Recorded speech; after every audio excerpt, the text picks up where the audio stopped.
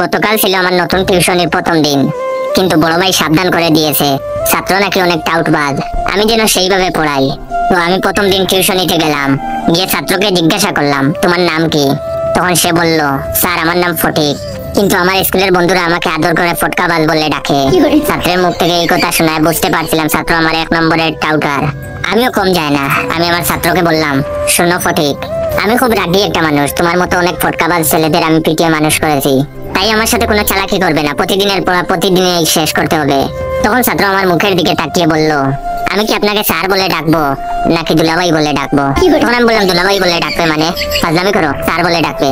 তখন সে বললো আসলে 2 দিন পর তো আপনি আমার দুলাভাই হবেন, তাই আগে থেকে ডাকার অভ্যাস করে নিচ্ছি। তখন আমি বললাম দুলাভাই হবো মানে।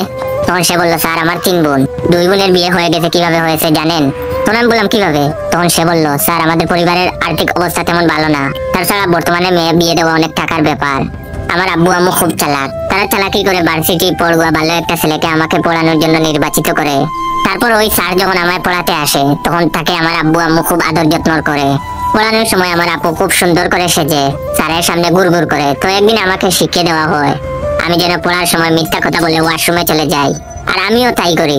তখন আপু স্যারের রুমে এসে দরজা বন্ধ করে দেয়, আর একটু পরেই আম্মু আব্বু দরজা ধাক্কাধাক্কি করতে থাকে।